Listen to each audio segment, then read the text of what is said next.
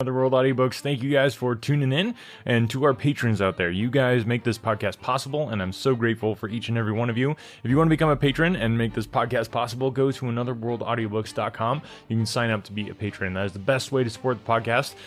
You get all kinds of awesome perks too, especially early episodes. So patrons, they know what I'm talking about because they have already listened to this. If you're not a patron, you're listening to this way in the future when the patrons have already listened to this chapter and gotten to enjoy it, as well as extra special additional content that's going to be coming soon. So thank you guys for supporting the podcast. If you want to support the podcast again, go to anotherworldaudiobooks.com and sign up to be a patron. Thanks guys for listening, and without further ado, let's jump right into the next chapter of Meet a Tiger. Chapter 14.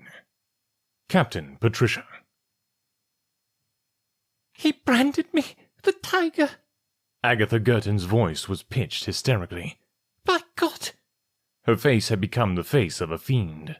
Hard and grim it always was, now with smears of blood from brow to chin, and her hair straggling damply over her temples. It was devilish. I'll get even for this one day. I'll make him crawl. Red-hot irons are too good for that. But Aunt Agatha... Patricia was full of questions, and it seemed the right moment to let some of them off, but Miss Girton turned on her like a wild beast, and the girl recoiled a step from the blaze of fury in those smouldering eyes. Go away. Was that the man who's been blackmailing you? Go away. And is he the tiger? Miss Girton took a pace forward and pointed to the door. Leave me, child, she said in a terrible voice. Go back to your saint before I forget. If you aren't outside in a second, I'll throw you out. She meant it. Patricia had never seen, and hoped she would never see again, the face of a woman so contorted with passion. Very well, said Patricia steadily. I'll go. I hope you won't be sorry. Go then. The girl flung up her head and marched to the door. Go back to Simon? She would. There wasn't much risk about walking over to the pillbox, she thought, and the feel of the automatic in her pocket gave her all the courage she needed. The saint wouldn't be expecting her, but he could hardly object, considering the news she was bringing him. It had been an eventful afternoon, more eventful than he could possibly have foreseen, and since there was nothing more that she could achieve on her own, it was essential that he should be provided with all the news up to date. The time had passed quickly. It was 20 to 7 when she set out. She came in sight of the pillbox towards 1:15, having taken it easy, and by that time it was nearly dark. The sea shone like dull silver, reflecting all the last rays of twilight, and from the top of the cliff, Patricia strained to see the ship they had observed that morning. She thought she could make out the tiniest of black dots on the horizon, but she would not have sworn to it. That was the ship that the Saint and Oris and she were scheduled to capture by themselves, and the monumental audacity of the scheme made her smile. But it was just because the scheme was so impossible that the prospect of attempting to carry it out did not bother her at all. It was the sort of reckless daredevil thing that people did in books and films, the forlorn hope that always materialized in time to provide a happy ending. She could think of no precedent for it in real life, and therefore the only thing to go by was the standard of fiction, according to which it was bound to succeed. But she wondered if any man living except the saint, her saint, would have had the imagination to think of it, the courage to work out the idea in all seriousness, the heroic foolhardiness to try and bring it off, and the personality to captain the adventure. She and Oris were nothing but his devoted lieutenants. The whole fate of the Long Hazard rested on the saint's broad shoulders. With a shrug and a smile that showed her perfect teeth, a smile of utter fearlessness that Simon would have loved to see, the girl turned away and strolled across to the pillbox. There was a light in the embrasure, which she knew served for a window in the dining, drawing, smoking sitting room. But when she peeped in, she saw only Oris laying dinner. She went in, and he swung round at the sound of her footsteps. She was amused but perplexed to see his face light up and then fall again as he recognized her. "Where's Mr. Templar?" she asked, and he almost glared at her. "Back at 7:30, he growled. He picked up his tray and stalked off towards the kitchen, and the girl stared after him in puzzlement. Oris, though a martinet, was only actually rude to tiger cubs and detectives. She had already seen through his mask of ferocity and discovered the kindly humanist underneath. On the last occasion of his escorting her home, his manner had been even paternal, for Simon Templar's friends were Oris's friends. But this now was a ruffled Oris. She followed him to the kitchen. "Can I help you with anything?" she inquired cheerfully. "No, don't think so, miss," he replied gruffly. "I'm used to managing alone, thanks." "Then could you tell me where Mr. Templar's gone? I could walk on and meet him." Oris hammered the point of a tin opener into a can of salmon with quite unnecessary violence. "Dunno anything about it," he said. "You can bet your life, miss, he'll be home when he said he would, if he can humanly possibly do it. Most thunderin' punctual man alive he is, and he'll come in the door just when the clock strikes. So you got nothing to worry about." He ended on a more gentle note, but there was no doubt that he was very upset. "Why, has anything happened to make you think I'd be likely to worry?" Patricia queried, with her heart thumping a little faster. "Was he going to do anything special this afternoon?" "No," snarled Oris, unconvincingly derisive, and went on hacking at the tin. The girl went back to the sitting room and dropped into a chair. The saint's cigarette box was handy to her elbow, and she took a cigarette and lighted it thoughtfully. Whether she was intended to worry or not, there could be no denying the obvious fact that Oris was distinctly agitated. She found it was 20 minutes and a bit past 7, and wondered if the saint would be as punctual as Oris had predicted, and whether they would have to assume that something had happened to him if he hadn't arrived within 5 minutes of the half-hour. Where could he have gone? There was nothing to be done about the Tiger's ship at that hour. Had he taken it into his head to inspect the old house at closer quarters? Or had he gone over to Beard Bittle or Bloom again, the sort of senseless bravado that would give a man like him a thrill? She watched the minute hand of her watch travel down to the 25 past mark, and reflected that she had been spending a good deal of time lately with one eye on the clock, wondering if the saint was going to be punctual or not. Heavens, he wasn't the only one who could be worried. Oris came in and laid a place for her. Then he tugged an enormous silver turnip from his trouser pocket. "In a minute or two," he said. "Thunderin' punctual, he always is." He nodded to her encouragingly and strutted out. She heard his boots on the concrete floor outside and guessed that he had gone to the entrance to see if he could spot the saint coming up the hill. At 25 to 8, there was still no sign of the saint. Patricia took to moving restlessly about the room. She felt suddenly depressed. The saint had gone swashbuckling off into the blue without a word to anyone, and had blasted his reputation for punctuality. He might have been in so many different places, trying to do so many different things. She raged at her helplessness. She could only wait and wait and wait, and he'd either turn up or he wouldn't. No clue. Anything might have happened to him. She racked her brains to deduce where he would be most likely to have gone, and an appalling number of possibilities made faces at her and invited her to take her pick. Oris came in again. He had taken off his apron and put on his coat and a cap. One of his pockets bulged and sagged. "I'm going to see if I can find him, miss," he said. "But with your permission, I'll see you home first." She stood up. "Where are you going?" "Just looking round, miss. He told me 1 or 2 places to try. I'll find him all right. Don't you worry." "I'll come with you," she said at once. He shook his head. "Can't have you doing that. If anything was to happen to you, he'd kill me." "Where do we go first?" she demanded, ignoring his reply. "Where do I go first?" he amended. "Well, I can tell you that." He fished the saint's note out of his pocket and gave it to her. She read it through with growing apprehension. It had somehow failed to occur to her that he would automatically spend the time before evening in investigating the second possibility of the other old house, the disused inn behind the village. That was where he must have gone. Perhaps he had been trapped there. "Come on," she rapped, and led the way. Outside, she took the path which led down to the island end of the village, instead of the one which led to the opposite tor by way of the quay, and Oris hurried after her and caught her arm. "Wrong way, miss," he said. She looked at him. "This is the way I'm going." "Sorry, miss," he persisted. "I can't let you do that." "Can't you?" she said slowly. "I'm sorry, but I must. I'll show you." With a lightning twist, she shook off his hand and ran. She could hear him racing lamely after her, shouting and imploring her to stop and think what the saint would say, but she ran on like the wind. She went down the slope at breakneck speed, sure-footed as a cat, but Oris limped along behind doggedly, sliding and stumbling in the steep darkness. Then a stone rolled under her foot. She jumped to save herself, caught her other foot in a tuft of grass, floundered, and went down in a heap. He had grabbed her before she could rise. I'm sorry, miss, but it's me duty, and he'd say the same. She got to her feet, shaken and breathless, but relieved to find that she had not even slightly twisted her ankle. Oris felt something hard dig into his ribs, and knew what it was. "Will this show you I'm serious?"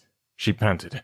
"I'd hate to have to hurt you, Oris, but I will if you drive me to it. I've got to go." He waited without stirring for a long time. He could easily have grabbed her wrist and taken the gun from her, but it was the sob in her voice that stopped him.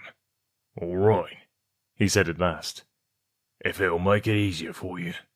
She knew then that he feared the worst. They hurried on down the hill. She remembered his limp and let him set the pace, but he managed to struggle on at a good jog trot in spite of his lameness. They went through the village until the black bulk of the old house loomed before them. Will you lead the way, miss, since you're here? I don't know this place too well. She took him round by the approach the saint had used, but there was no need for the same caution, for the moon would not rise for another 3 hours. He stopped her at the door. Let me go first. He thrust her behind him and blocked the way by his greater strength and weight, and she had to obey. She heard him fumble in his pockets, and then he kicked open the door, and at the same moment a beam of light stabbed down the passage from the electric torch in his hand. See them footmarks? He whispered. Men's been here lately, and I'll bet you they was tiger cubs. The shaft of luminance broke on the table at the end of the corridor. The saint had turned the box round, and from the side elevation its function was more easily deducible. Even so, it was creditably astute of Oris to stop dead in his tracks and turn suddenly to an examination of the door through which they had just come. He found the scar in the wood where the bullet had splintered it, and went back to make a study of the ground outside. "No," he announced at length. "That didn't catch Mr. Templar, like it'd have caught me if he hadn't put it out of action." He went down the passage again, keeping to the centre, so that she was forced to walk behind him, and so shielded by his body.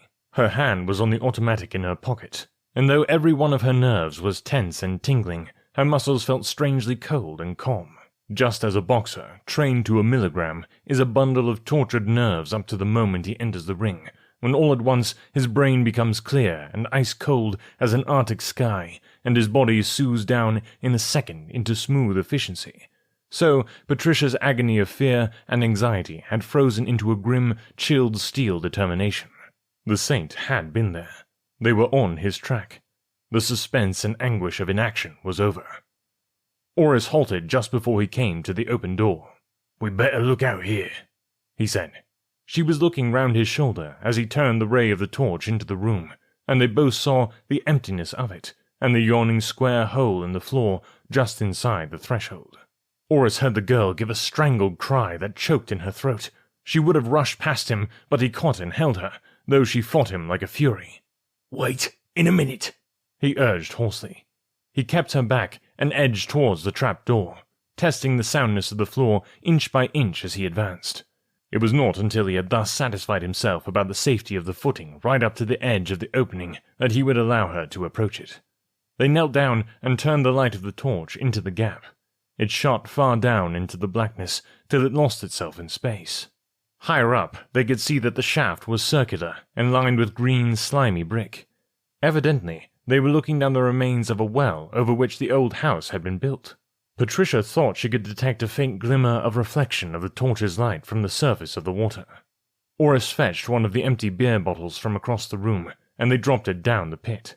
It seemed an eternity before the hollow sound of the splash returned to their ears. "About 100 feet," Oris guessed, and in this he was approximately right, being no more than 60 feet out. The girl leaned over and cupped her hands. "Simon," she called. "Simon!" Only the echo answered her. "Mr. Templar, sir. Oris speaking," bellowed the man, but it was only his own voice that boomed back out of the darkness in reply. Patricia's face was bowed in her hands. Saint, oh God, my darling." The words came brokenly, dazedly. "Dear God, if you can save him now, give me his life." Presently she looked at Oris. "Are you sure he went that way? The other trap didn't catch him." Oris had been examining the pitfall, and now, by the light of the torch, he pointed to the evidence. A square of the flooring had been cut out with a keyhole saw, leaving only the flimsiest connection at the corners which the weight of a man would destroy at once. The jagged ends of broken wood could be seen at once, and from one of these Oris plucked a shred of tweed and brought it close to the light. "That there's his," he said huskily. "Looks like he weren't expecting it. But don't you lose heart, miss. He always was the luckiest man what ever stepped. Perhaps he's right as rain, lying that comfortable somewhere, just letting the tiger think he's a goner and get careless, and all set, ready to pop up and have the laugh on him later." It was not Oris's fault if he did not sound very convincing. His arm went clumsily about her, and drew her gently away and outside the room.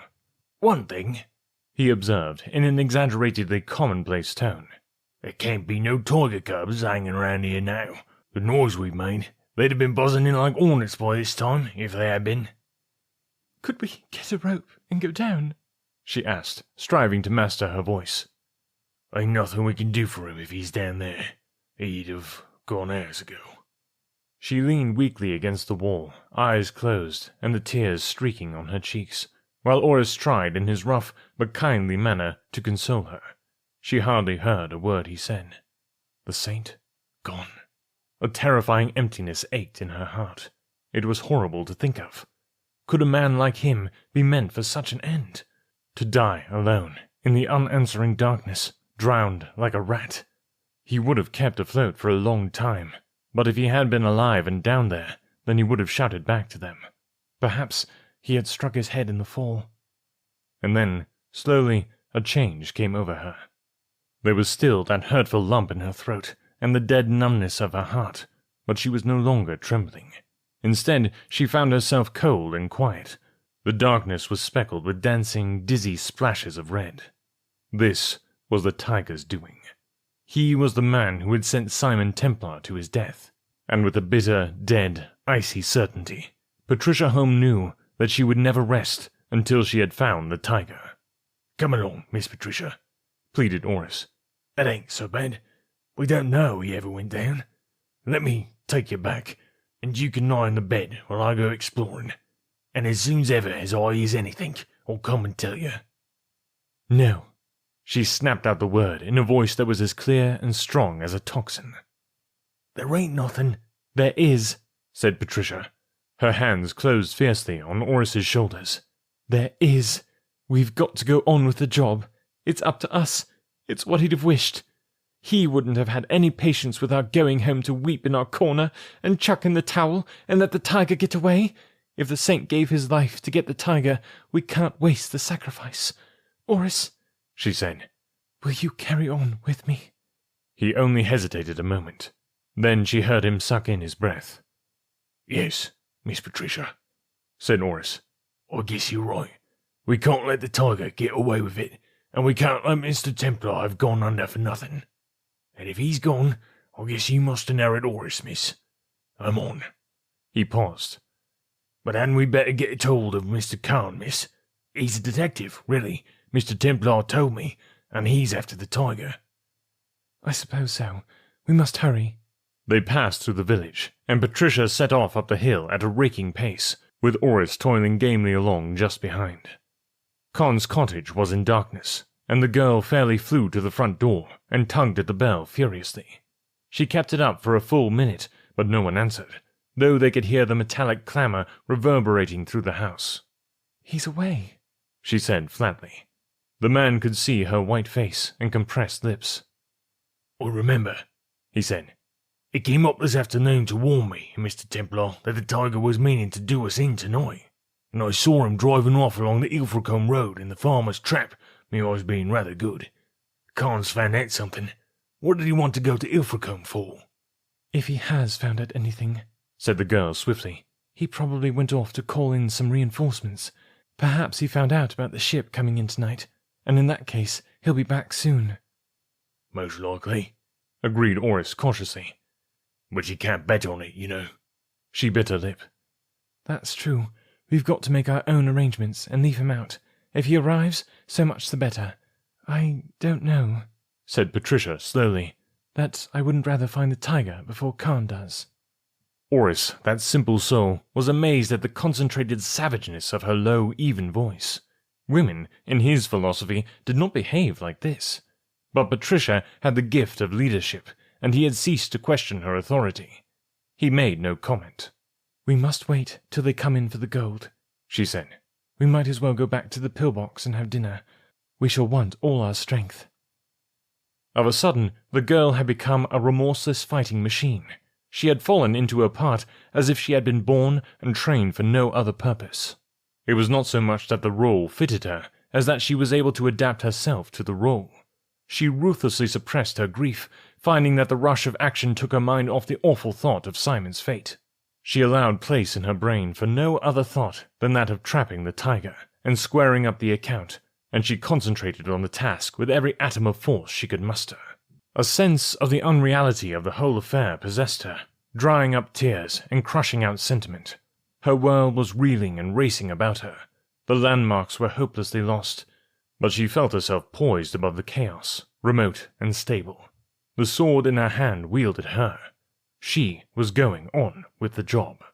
The fight was going to be battled out to the last second with the last ounce of vital energy in her body. For the time, she seemed to be beyond human limitations. When it was all over and settled one way or the other, the tension would snap, and she would hurtle down into black abysses of terror and despair. But while the war was still to be waged, she knew that hers was a strength greater than herself, knew that she could stand on the brink of the chasm in the blinding light and fight tirelessly on to the death. She said in that new, cold, dispassionate voice, "We shall want help. The odds are too great against two of us. I'll get Mr. Lomas Coper. He's the only man here I could trust." "Him?" spat the disgusted Oris. "That thundering jellybag." "I know he's not such an ass as he pretends to be," said Patricia. "He'll weigh in all right." They were nearing Bloom's house at that moment, and a lean, dark figure loomed startlingly out of the shadow of the hedge. A pencil of luminescence leapt from Oris's torch, and picked up the pleasantly vacuous face of Algy himself. "Is that you, Pat?" he said. "I thought I recognized your voice." He was surprised at the firmness with which she grasped the limp paw he extended. "I was just looking for you," she said crisply. "Come over to the pillbox. We're going to have some dinner and hold a council of war." "What?" stammered Algy. "Don't waste time. I'll tell you when we get there." There was so much crisp command in her tone that he fell in beside them obediently. "But, dear old Peach," he protested weakly, "there's no comic old war on, don't you know? Is it a joke? I'll buy it. Never say Algy isn't a sportsman, old darling." "There's nothing very funny about it," she said, and something deadly about her obvious seriousness made him hold his peace for the rest of the journey. In the pillbox, she sat down at once to the food Oris provided, though Algy excused himself. He had already dined, and as a matter of fact, he explained, he had been on his way to visit her at the manor. While she ate, she talked, in curt, cold sentences which held even the fatuous Algy intent. She told him the whole story from beginning to end, and his jaw sagged lower and lower as the recital proceeded. And when it was finished, she looked anxiously at him, wondering whether he would say something foolish and soothing about the heat of the day and the probability that she would feel better in the morning, or, if he believed her, whether he would show up yellow. She was satisfied to find that her estimate had been correct. While she looked, he closed his mouth with a snap, and the tightening of his mouth lent a new strength to his face. His eyes were gazing steadily back at her, and there was a steady stubbornness in them which transformed him. "Just like a shilling shocker, what?" said Algy quietly, but there was not much flippancy in his voice. She outlined their plan, and he was staggered. "You've a nerve," he remarked. "But isn't that old Khan's job?" "It was the saint's idea," she told him. "and it's such a desperate gamble that it might as easily succeed as not. As for Khan, we daren't bank on him. He mightn't know as much as we think, and he mayn't have gone into Ilfracombe for the reason we suppose. We can only hope for the best. But we've got to be prepared to take the field without him. And besides, as you'll understand, I've rather a special desire to meet the tiger and talk to him alone." For an amazing moment, Algy saw death in her eyes. Then, with the clenching of a small fist, the ferocity passed, and she was once again the cold, calculating general, planning an attack. "I know you swim pretty well," she said. "Can you do the distance?" He nodded. "I think so." "Will you?" No more than 2 seconds ticked away into eternity before he held out his hand. Alright, thanks guys for listening here today. We are getting into it. We're getting close to the end of this book, so you know what that means. That means I need to hear from you. Please get in touch. Let me know what book would you like to hear next as we carry on through the world of public domain audiobooks, and I hope you guys have been enjoying this. So far, I'm really looking forward to the end of this book and finding the conclusion to this mystery. I think it's been a fun one so far. Etymology corner here, or definition corner, I don't know what word corner, we'll call it that. She said that her voice was like a toxin, which I like. If you just hear that, it sounds like toxin, like something that's poisonous, but it's actually spelled Tocsin, and it basically means an alarm sounded on a bell. So it's a bell used to sound an alarm. So there's a new one for you. I'm assuming maybe it's like a naval thing or something, kind of looks like that. Anyway, let's see, the other one was Martinet. That's a new one that I had not heard before. Martinet is basically a rigid military disciplinarian, one who demands absolute adherence to forms and rules. So if somebody's being kind of bossy, you could call them a Martinet. So apparently that's the Oris character, is a bit of a Martinet, which is a good word for you. Alright guys, thanks again for listening. Thanks for spreading the word about the podcast. I got to give a shout out to everybody who's reached out via email. Pretty much you can guarantee if you reach out via email, I'm going to send you a free audiobook. I have a lot of free audiobooks to give away, and I like giving them away. So go check that out. You can go to anotherworldaudiobooks.com and just request a free audiobook through the form that's on the website. Or if you see one in the Another World Audiobooks library that you want to listen to, just get in touch with me and I'd be happy to send it to you. Patrons get all kinds of free audiobooks and stuff, but that doesn't stop me from giving audiobooks to people who aren't patrons as well. It's just the patrons get the free audiobook and a bunch of other cool stuff too. So plus free episode plus early episodes. That's what I meant to say. All right, thanks guys for listening, and we will catch you next week.